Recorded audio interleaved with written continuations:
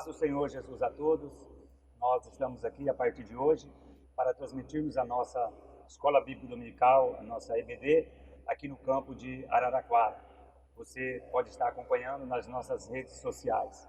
Eu sou o pastor Jussonildo, pastor da Igreja Assembleia de Deus aqui em Araraquara, da congregação do Alto dos Pinheiros, e juntamente conosco para fazer o comentário da nossa Escola Bíblica Dominical, está conosco o pastor Benedito, pastor ali do Parque das Hortênsias, e também está conosco o presbítero Eric, juntamente com o presbítero Douglas. O presbítero Eric é superintendente da Escola Bíblica Dominical e o presbítero Douglas é o vice-superintendente. Nós estamos aqui nessa oportunidade para falarmos da lição da Escola Dominical, a lição de número 12, aonde tem o tema Jesus, o homem perfeito. Nosso textual está em Lucas capítulo 2, versículo de número 52, aonde está escrito: E crescia Jesus em sabedoria e em estatura, e em graça para com Deus e para com os homens. A nossa verdade prática está escrito: verdadeiro homem e verdadeiro Deus. O Senhor Jesus Cristo é igual ao Pai, semelhante à sua divindade e humanidade, são aparentes, são reais, perfeitas e plenas. A nossa verdade prática está escrito no Evangelho de Jesus Cristo, segundo escreveu Lucas, capítulo de número 2, do versículo de número 40 ao versículo de número 52, a qual está escrito: E o menino crescia e se fortalecia em espírito cheio de sabedoria, e a graça de Deus estava com ele. Ora, todos os anos ia seus pais a Jerusalém à festa da Páscoa, e tendo ele já 12 anos, subiram a Jerusalém, segundo o costume do dia da festa.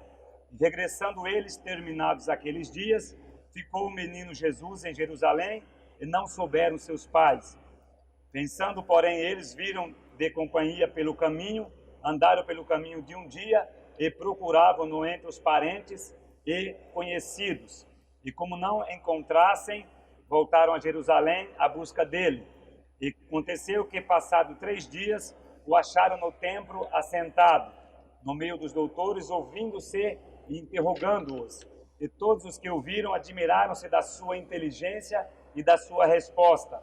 E quando viram, maravilharam-se, e disse à sua mãe: Filho, por que fizeste assim para conosco? Eis que teu pai e eu ansiosos te procurávamos. Ele lhe disse: Por que é que procuráveis? Não sabeis que convém tratar dos negócios do meu pai? E eles não compreenderam as palavras que lhe diziam. E desceu com eles, e foi para Nazaré, e lhe era sujeito.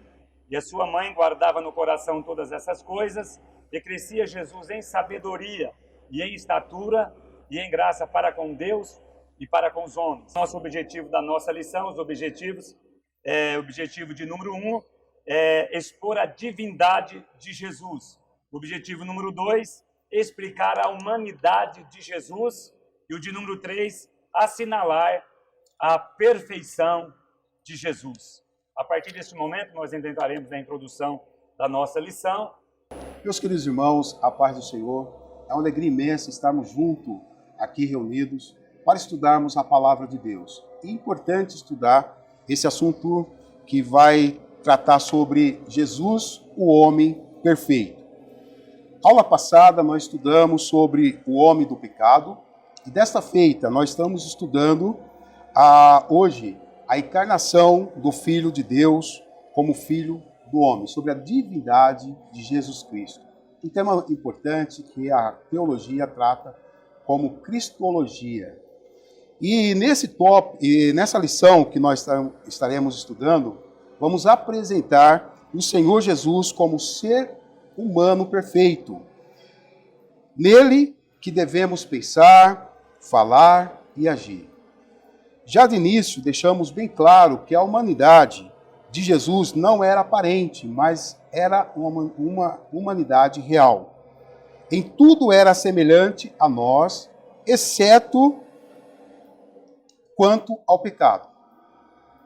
Frisamos, outro sim, que as duas naturezas de Cristo, a divina e a humana, não são conflitantes, mas perfeitamente harmônicas. Uma jamais eliminou a outra. Então, esse assunto tão importante que nós estaremos abordando sobre essa aula que estaremos junto concluindo a nossa lição. Sim, importante o nosso número 1, tópico número 1, vai tratar aí sobre Jesus, o verdadeiro Deus. Nós queremos ouvir aqui o comentário do pastor Benedito sobre esse tópico de número 1, onde assinala ele como verdadeiro Deus. Amados irmãos, os saúdo na gloriosa paz do Senhor. Quero dizer da minha alegria de poder participar aqui deste tão precioso trabalho e de suma importância para toda a Igreja do Senhor, quando nesta participação estaremos estudando Cristologia, assunto fundamental para toda a Igreja. E como o nosso companheiro o pastor Gilson já disse sobre o primeiro tópico, Jesus, verdadeiro Deus, logicamente que sendo ele o verdadeiro Deus, ele veio de uma eternidade. Nós encontramos nas entrelinhas neste texto que nos seus atributos e a sua grandeza, nós encontramos pelo menos a sua onisciência, baseado em Mateus capítulo de número 9 e o versículo de número 3 e 4. Lá é bastante claro quando Jesus demonstra a sua onisciência, quando os fariseus murmuravam contra ele nos seus corações, e Jesus já estava sabendo. Um outro ponto que destaco também aqui nesses seus atributos é a sua onipresença. Baseado em Mateus capítulo 28 e versículo de número 20, Jesus prometeu: eis que estarei convosco. Então o Senhor, mandando que os seus discípulos fossem a gerar outros, mas que a presença deles seria notória na vida de todos aqueles que estariam recebendo a devida ordem. Em terceiro lugar, eu quero destacar também a sua onipotência. Onipotência porque ele tem todo o poder. Haja vista o que está registrado em Mateus capítulo 28 e o versículo de número 18, quando ele diz: eis que me foi dado todo o poder no céu e na terra. E você pode conferir outros textos, entre tantos, Apocalipse capítulo 1 e o versículo de número 8. Em quarto lugar, eu quero lhe abordar sobre a eternidade. Jesus é eterno. Por ele ser eterno, houve no texto sagrado, quando ele disse aos seus que ele é antes de Abraão. João capítulo 8, versículo 38. Na sua oração sacerdotal, no capítulo 17 do Evangelho de João, no versículo de número 5, ele fez um brado extraordinário, quando disse: Pai, dá-me aquela glória que tinha contigo antes que o mundo existisse. Aleluia. E em quinto lugar, ele não só é eterno, mas já disse o profeta Isaías, no seu capítulo 9, versículo 6, que ele é também o Pai da eternidade. Então, não tem por que contestar de que Jesus é, pois em João capítulo 1, versículo 3 e 4, diz que ele é antes de todas as coisas, e todas as coisas subsistem por ele, conforme Colossenses 1 e 17. E em última instância aqui, para fechar esse tópico, quero lhe dizer que ele não faz parte da criação. Pelo contrário, ele transcende-a.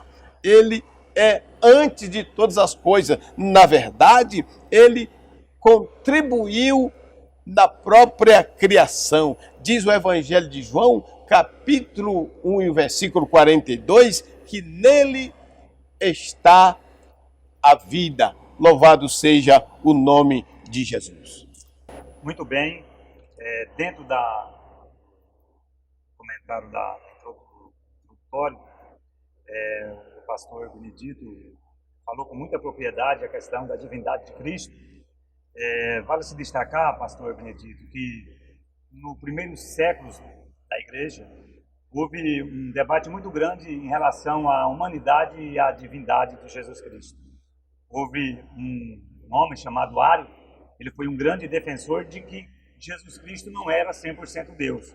Ele o aceitava como filho de Deus, mas, porém, ele não aceitava Cristo na sua total divindade.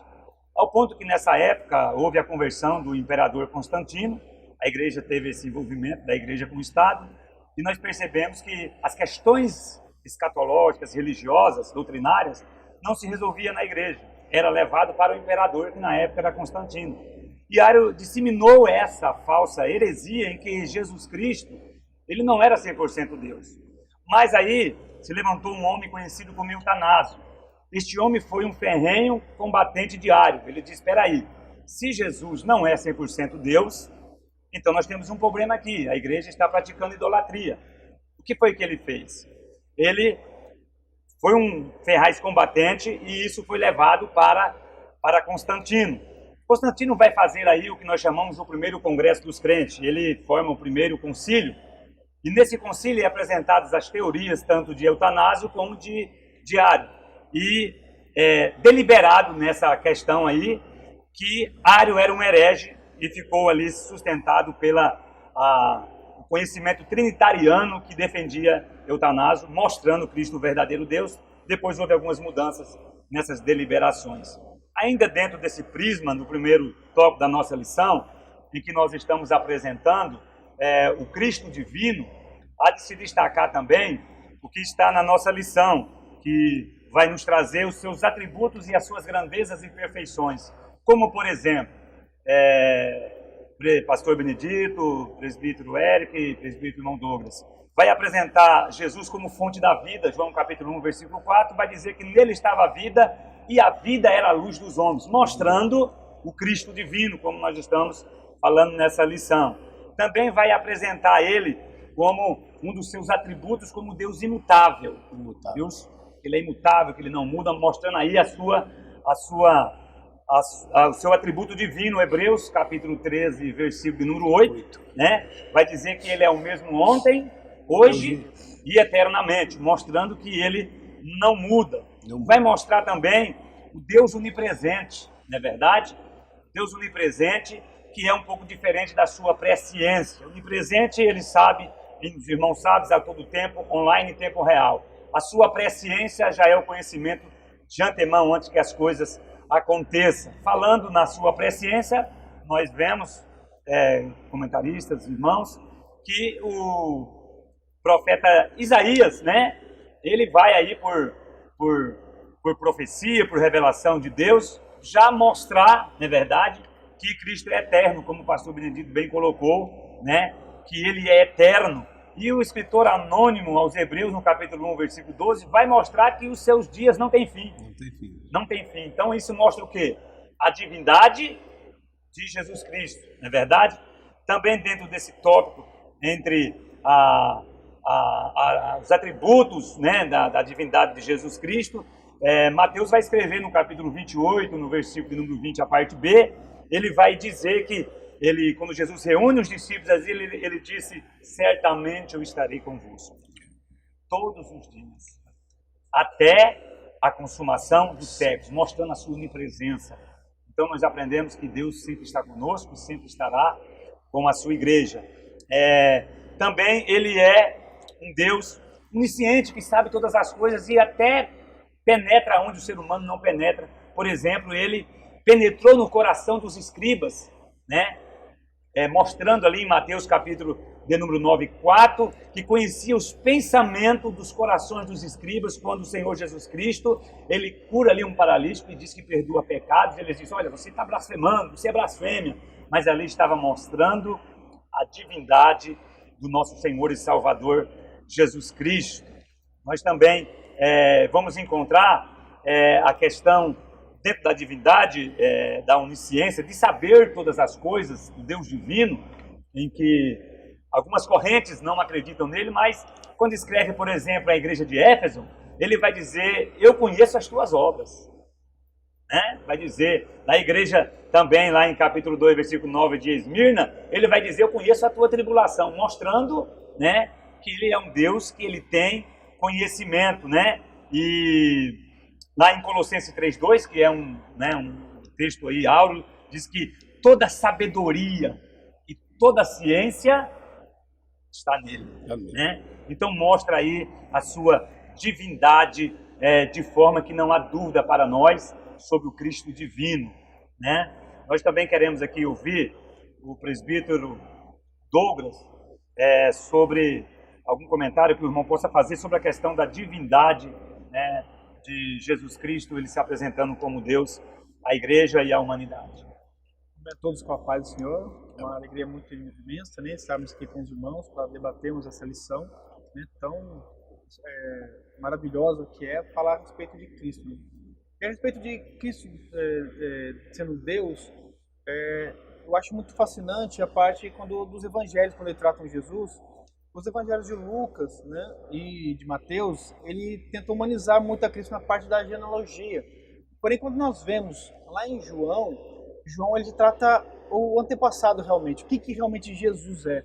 Ele fala que no princípio era o Verbo estava com Deus e o Verbo é Deus.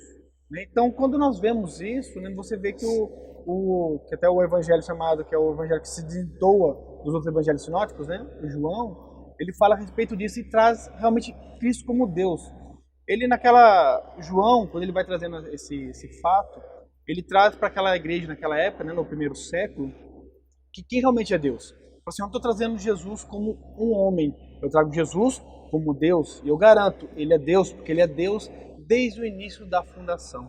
Então esse é um ponto que eu acho fantástico a respeito, né, dos evangelhos, trazendo como Jesus ao ponto de Deus.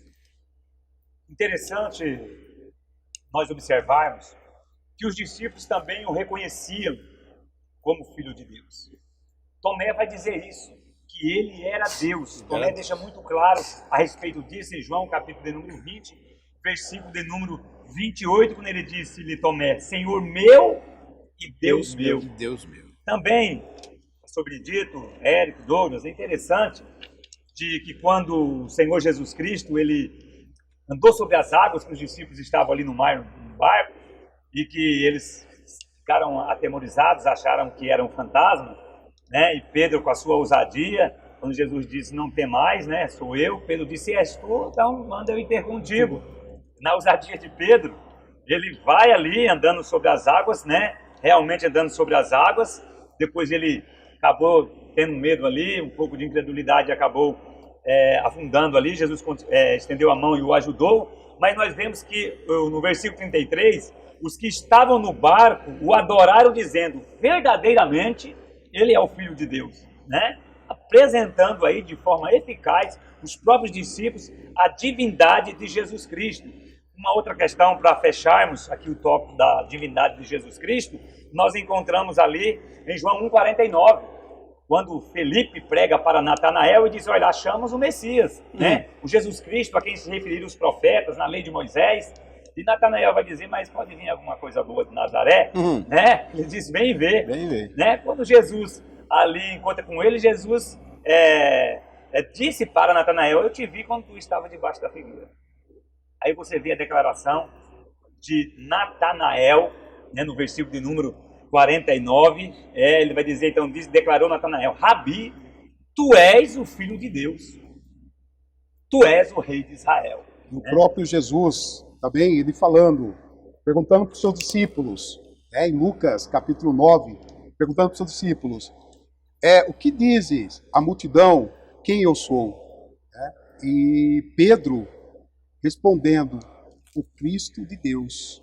Então, a Bíblia está repleta de evidências da divindade de Jesus. E Jesus, comentando aí, pegando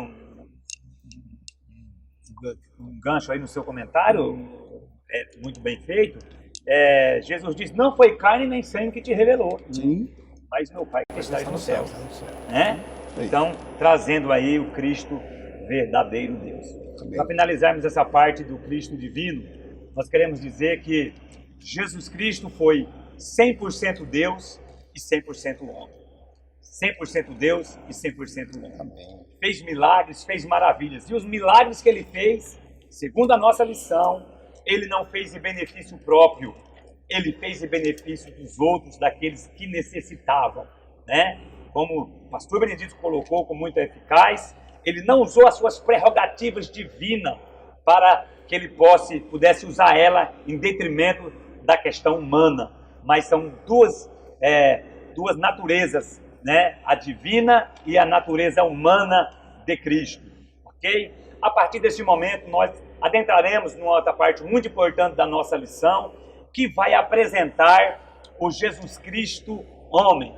Queremos ouvir aqui os comentários do pastor Benedito sobre Jesus, o verdadeiro homem. Pastor Benedito, o que a Bíblia ela pode nos apresentar aí a humanidade de Cristo segundo as Escrituras?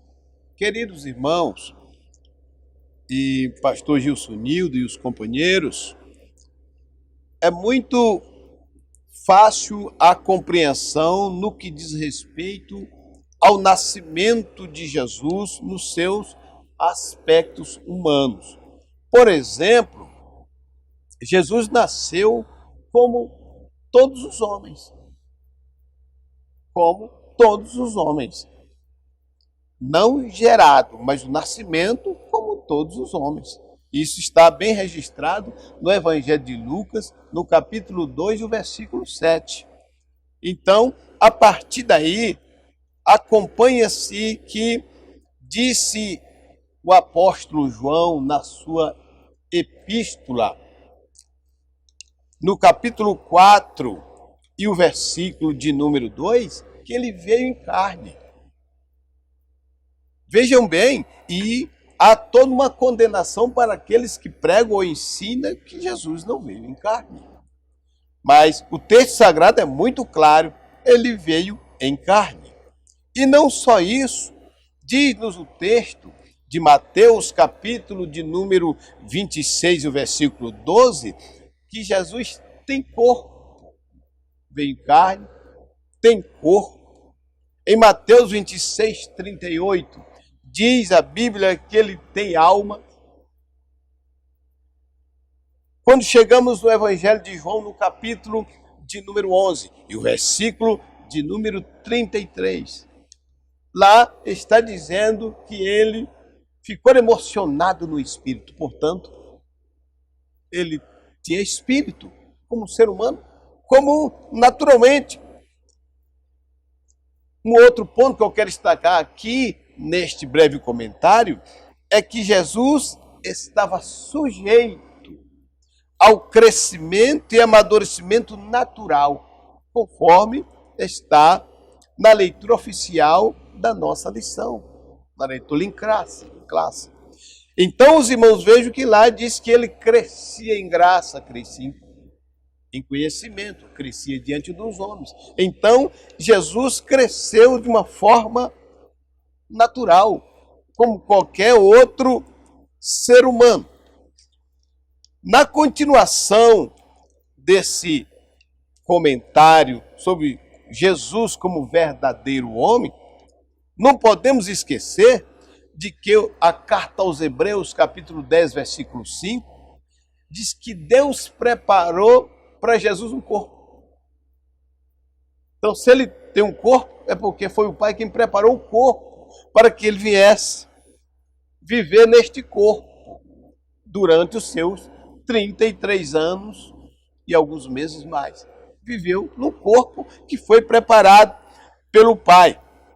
Aí, para que os irmãos tenham uma ideia, o próprio Pilatos, no momento de julgar a Jesus e no final do julgamento, no capítulo 19, versículo 5 do Evangelho de João, ele chega com Jesus e apresenta: eis o homem.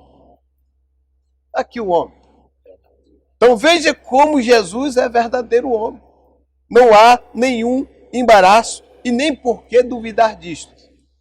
Ainda no Evangelho de João, no capítulo 8, versículo 40, o próprio Jesus afirmou: ser ele homem. Os senhores podem acompanhar a Bíblia, porque a Bíblia, como disse o nosso companheiro aqui, o presbítero Eric, que a Bíblia é a maior fonte de informação sobre Jesus e não tem por que contestar isso. O apóstolo São Paulo, na sua primeira carta aos Coríntios, no capítulo 15, o versículo 47, ele afirmou que Jesus é homem. Então Jesus foi um homem comum, natural, como qualquer outro. A diferença estava em possuir as duas naturezas. A natureza que ele trouxe dos céus como Deus, e aqui, chegando aqui na terra, recebeu um corpo, embora um corpo infanto, mas normalmente desenvolveu, cresceu, estabilizou diante dos olhos de todos. Ora, observe o texto sagrado que diz que ele, ainda garoto, pré-adolescente, com a idade aproximada de 12 anos, estava ministrando a palavra na sinagoga entre os doutores. Observem que ele já tinha crescido. Então, nada impediu que ele crescesse naturalmente, como qualquer outro ser humano. Portanto, fica aqui o meu breve comentário sobre o perfil da linha de Jesus como ser humano, e ninguém pode, e nem deve, e nem consegue tirar este benefício do nosso Senhor. Muito bem, pastor Benedito, bem colocado, muito eficaz. Interessante também nós fazemos um breve comentário, porque os judeus, eles sabiam, segundo a nossa lição, que o Messias viria como homem. Exatamente. Não é isso? É. Mas mesmo eles sabendo, eles o rejeitaram, não o reconheceram como tal. Né? Veio para o que era seus, e os seus não receberam. Né? Mas todos quantos o receberam, deu-lhes o poder de serem feitos filhos de Deus.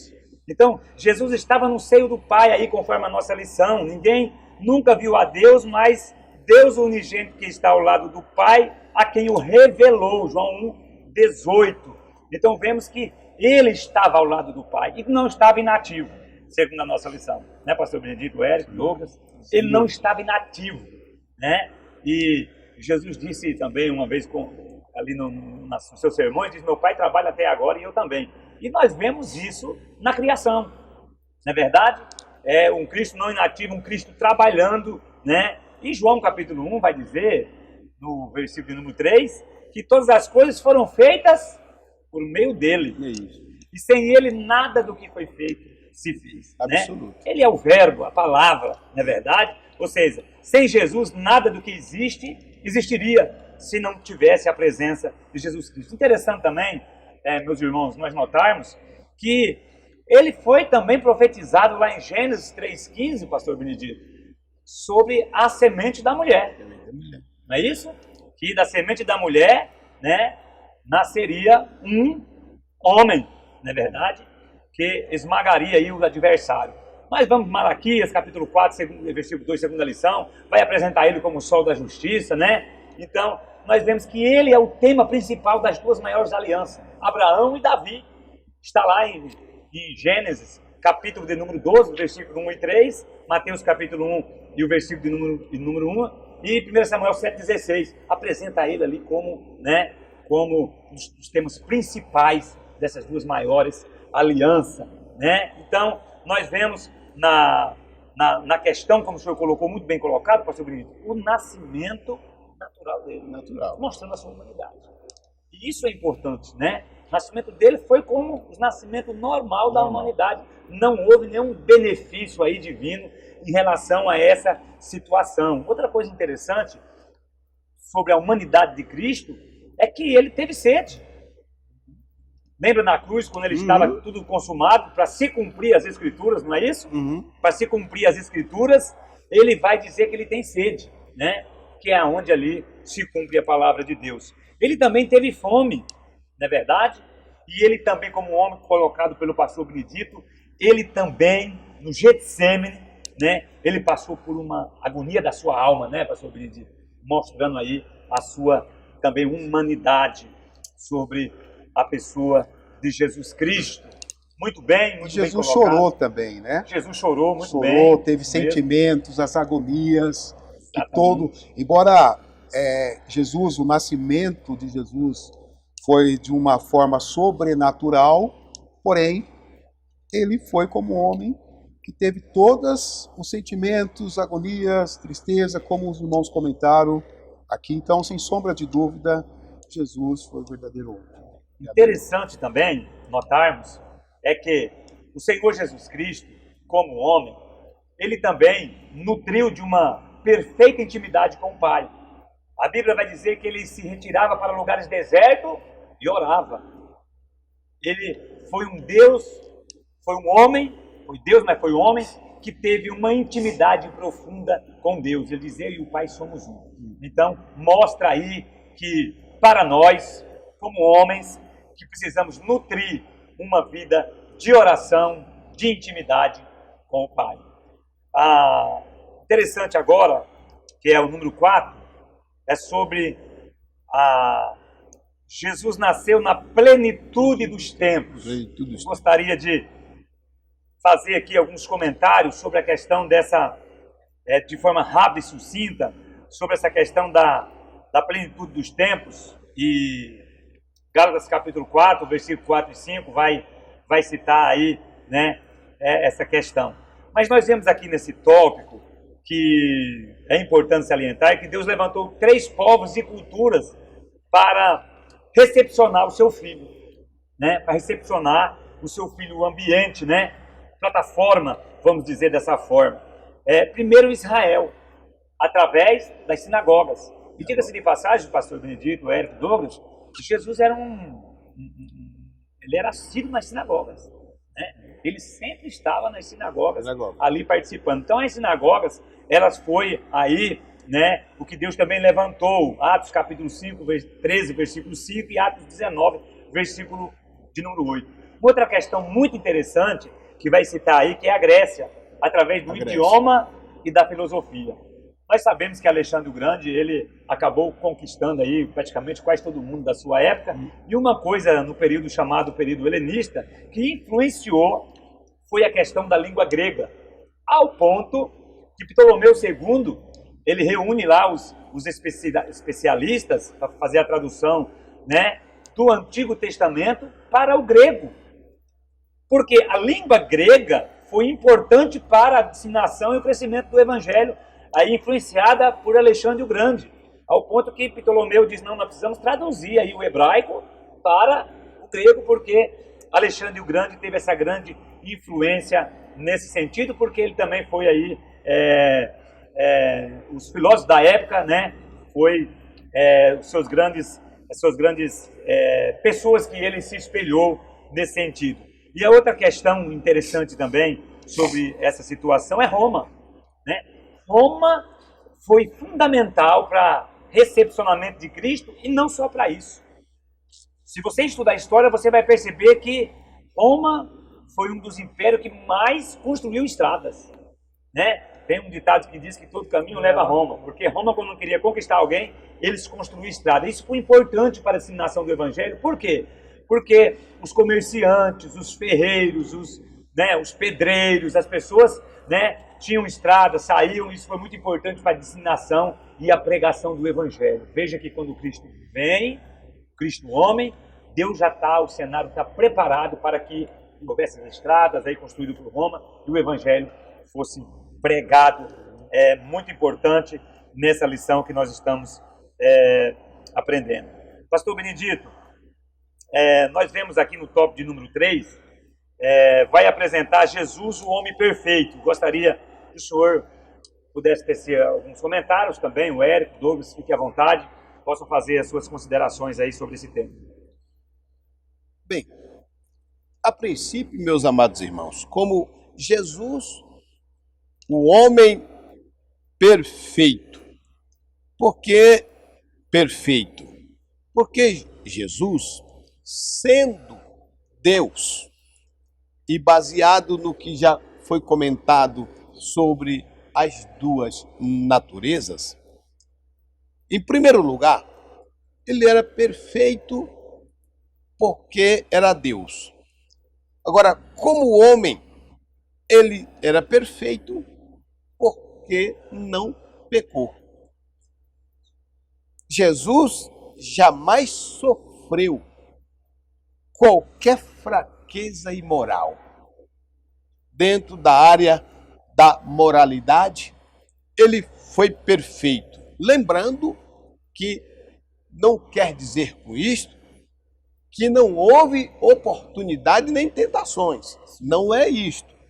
Tentações e oportunidades, com certeza, houve tanto quanto a qualquer outro jovem da idade de Jesus. Naturalmente, não podemos, meus amados, esconder isto, porque é a grande verdade. Então, meus amados, Jesus jamais conheceu o pecado na sua própria experiência. Sendo ele que trouxe da geração de Adão por ter nascido de uma mulher, então, claro, o pecado veio porque a Bíblia diz que ele se tornou pecado por nós. Então, sim. Agora, na prática, no experimental, isso não. Porque, e não quer dizer que porque ele era Deus, não houvesse chance. Estou apenas recapitulando. Chances havia, mas ele era perfeito porque manteve-se perfeito, livre, se resguardou, se manteve como santo.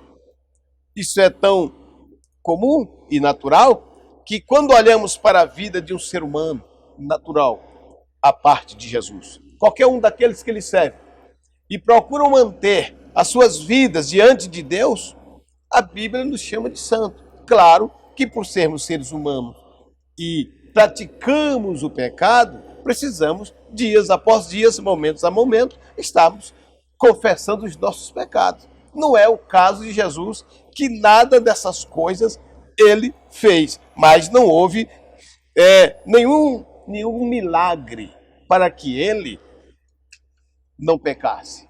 O milagre é porque ele, por ser Deus, ele se manteve na sua postura, dizendo: eu vim para mudar esta filosofia danosa que corrói o homem como gangrena. Eu vim para fazer isto. Então minha postura é essa. Eu sou Deus e vim para salvar os pecadores. Então é por aí que devemos ver a humanidade de Jesus na sua perfeição.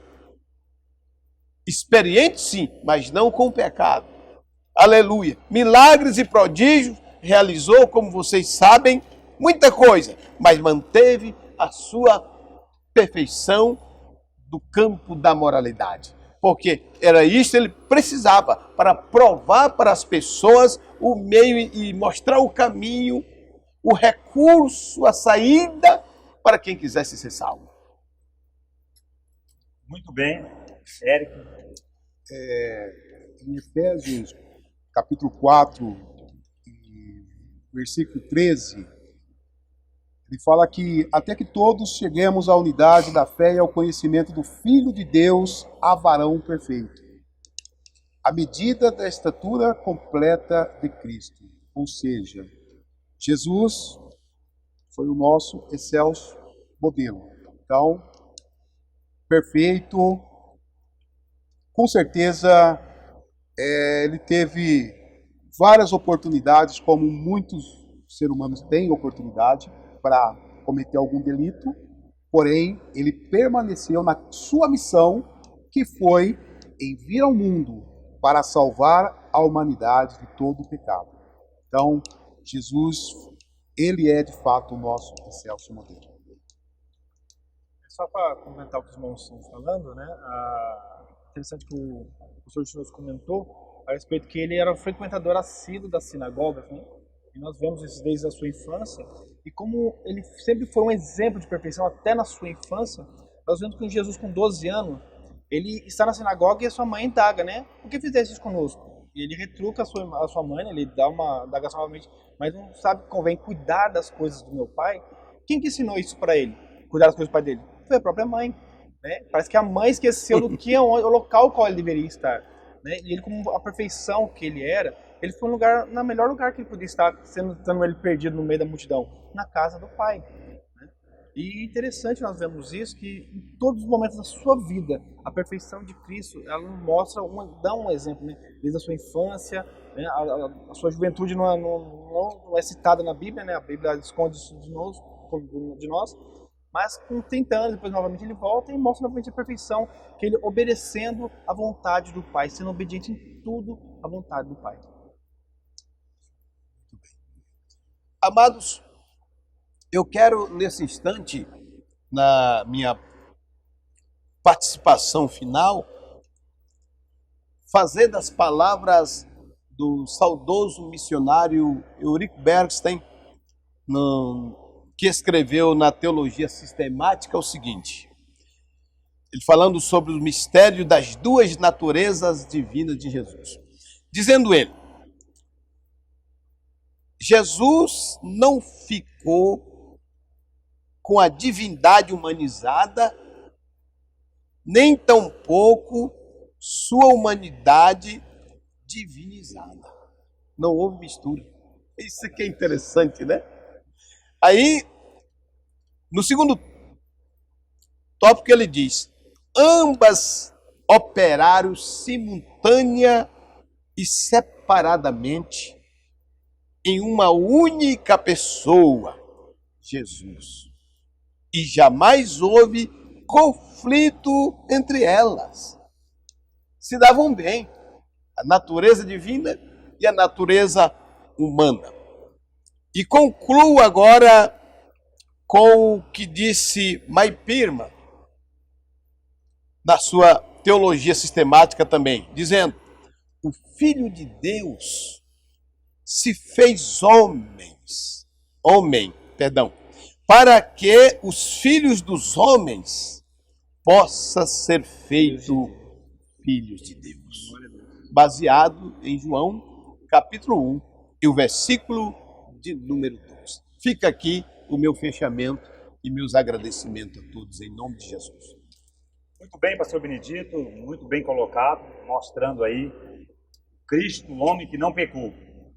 Cristo, o homem que foi tentado, o Cristo, o homem, né, que teve as suas lutas, as suas dificuldades, mas foi santo, não cometeu delito, pecado nenhum, embora passou por tentações, por lutas, ele se permaneceu firme no seu propósito, na sua missão, que ele sabia que ele teria que dar a vida pela humanidade. Ele disse, ninguém toma minha vida, eu a dou.